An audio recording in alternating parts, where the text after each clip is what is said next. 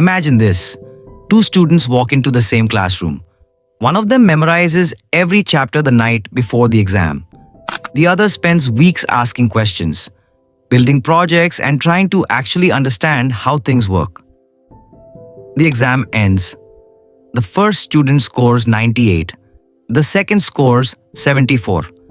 Now guess which one school calls smarter? Here's the scary part. That single number can change how a child sees themselves for years. Millions of students grow up believing they're average or even stupid because of marks on a report card. But what if school isn't actually measuring intelligence? What if it's measuring something completely different? To answer that, we have to go back more than 200 years.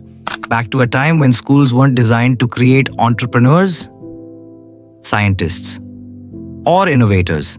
They were designed to create workers, and once you understand why, you'll never look at a classroom the same way again. During the Industrial Revolution, factories needed millions of people who could follow instructions, arrive on time, and repeat the same task every single day. So schools began to look surprisingly similar. A bell tells you when to start. Another bell tells you when to stop. Everyone studies the same subjects, at the same pace, in the same classroom. Then everyone takes the same test.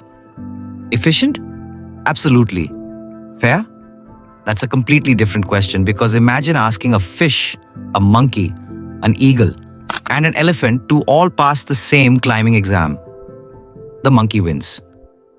But does that mean the eagle isn't intelligent? Of course not. Yet that's exactly what happens to millions of students every year. And this creates a problem that almost nobody talks about. Children don't just receive grades, they receive labels.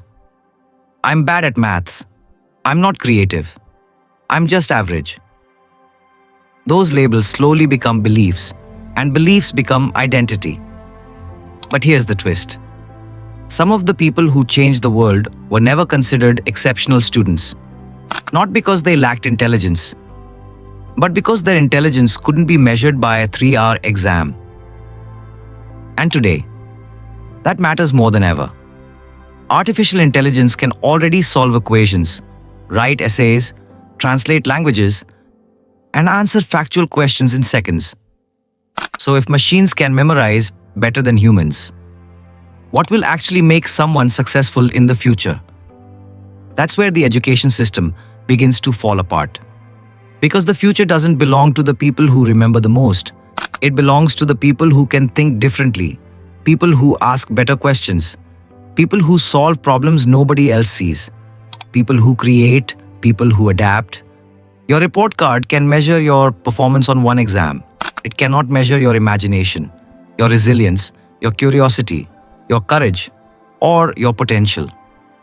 So if school has ever made you feel dumb, remember this: a system designed to educate millions can never perfectly measure one unique mind. Maybe the question isn't, are you smart enough for school? Maybe it's, is school smart enough to measure you? This is Next Up, and the next big conversation starts now.